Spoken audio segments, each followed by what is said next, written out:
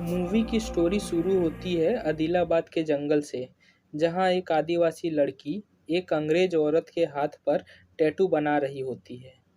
उसकी कला से प्रभावित होकर वह लोग उस लड़की को खरीद कर अपने साथ ले जाते हैं। जब उसकी माँ उसे रोकने की कोशिश करती है, तो वह लोग उसकी माँ को मार डालते हैं। फिर मूवी में फायर दिखाया जाता है। वहाँ कुछ लोग विरोध कर रहे होते हैं, क्योंकि लाला लाजपत राय को कलकत्ता में गिरफ्तार कर लिया गया होता है। भीड़ में से एक आदमी पुलिस पर पत्थर मारता है। तभी पुलिस का एक उच्च अधिकारी उस आदमी को पकड़ने के लिए कहता है। फिर हीरो, जिसका नाम राजू होता है, वह उस भीड़ में से उस आदमी को पकड़कर उस अधिकारी के कदमों में डाल देता है। इतना सब करने के बाद भी राजू को बहादुरी का मेडल नहीं मिलता है। वह बहुत ही गुस्सा होता है। अब मूवी में वाटर दिखाया जाता है और कहानी आगे बढ़ती है। निज़ाम का एडवाइज़र एक पुलिस अधिकारी से बात करता है। वह बताता है कि वह नवाब साहब का संदेशा लेकर आया है। वह बताता है कि स्कॉट सर जो बच्ची को उठाकर लेकर आए हैं, वह एक गोंडों की लड़की होती है। वह बताता है कि गोंड लोग लोग एक साथ झुंड में रहना पसंद करते हैं और अगर कोई दूर हो जाए तो वे उसे खोज निकालते हैं। दूसरे हीरो की एंट्री होती है।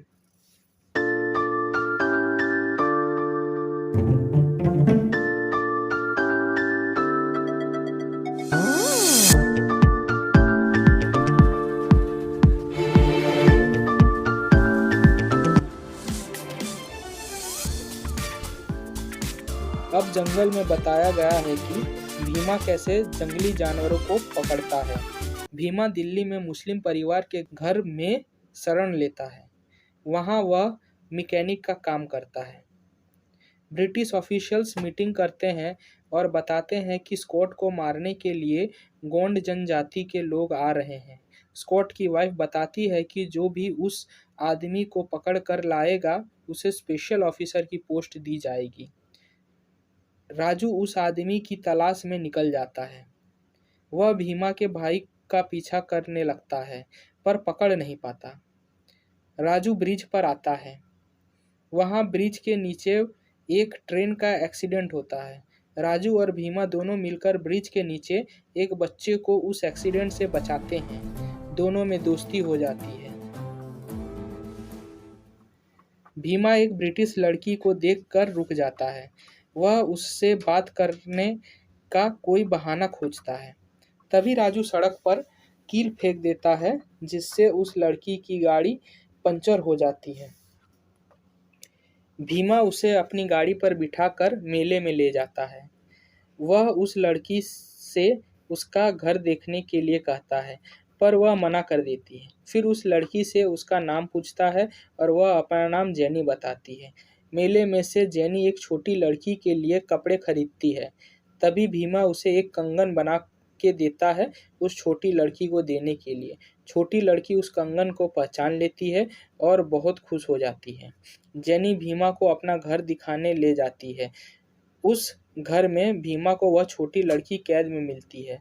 वह लड़की उसे यहाँ से निकालने के लिए कहती है, पर भीमा उसे कुछ दिन और रहने के लिए कहता है, फिर वहाँ से चला जाता है। वहाँ राजू भीमा के भाई को पकड़ लेता है और उसके बारे में पूछता है, पर कुछ नहीं पता कर पाता। राजू के हाथ में से एक लॉकेट गिर जाता है। तभी उसे उसका गांव याद आता है।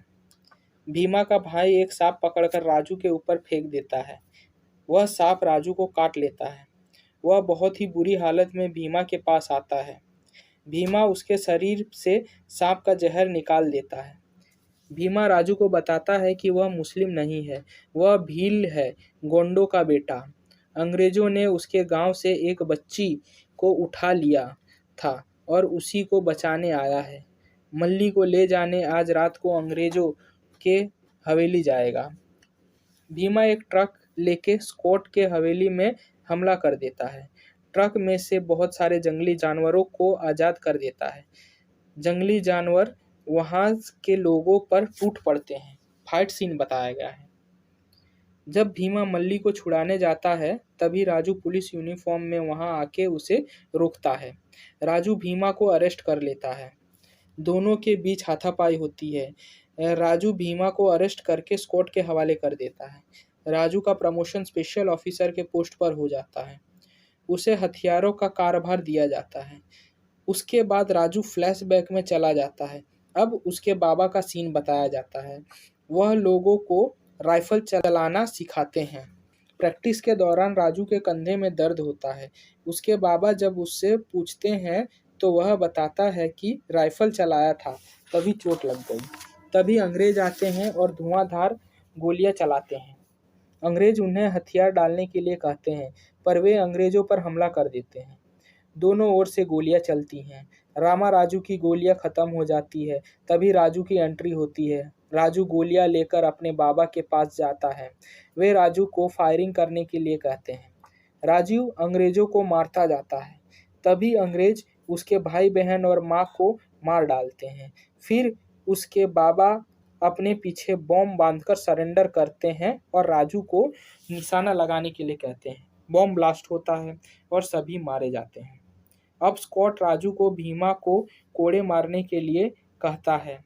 राजू उसे बहुत कोड़े मारता है और उसके बाद अंग्रेज सिपाही उसे कैद में बंद कर देते हैं। भीमा को फांसी लगने वाली होती है। राजू उसे छुड़ाने के लिए कहता है। जब मल्ली को ले जा रहे होते हैं तभी राजू उसे भीमा के पास ले जाता है। भीमा वहां से भागने में कामयाब हो जाता है, पर राजू पकड़ा जाता है। अब हर जगह अंग्रेज भीमा और मल्ली को खोजने लगते हैं। छुपते हुए भीमा की मुलाकात सीता से होती है। वह भीमा को राजू के बारे में सब कुछ बताती है। वह ये भी बताती है कि राजू अंग्रेजों के हथियार चुराकर क्रांतिकारियों को देने वाला था ताकि देश आज़ादी मिले, और उसने अपने बाबा से जो वादा किया था वह पूरा कर। पर अब वह अंग्रेजों के कैद में है और उसे फांसी लगने वाली है। भीमा राजू को छुड़ाने के लिए कैद खाने में चुपके से घुस जाता है। वहां वह राजू को ढूंढ लेता है और उसे लेकर जंगल की ओर भाग जाता है। अब मूवी में अंग्रेजों और उन दोनों के बीच में हो रही फाइट के सीन को दिखाया गया है।